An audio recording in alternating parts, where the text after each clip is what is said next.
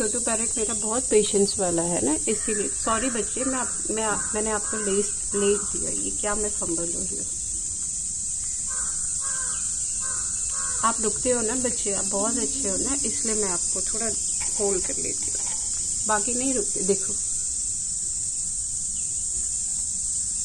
दूसरे पैरेट है ना, बहुत जल्दी में होते हैं बच्चे। I am so sorry, so sorry.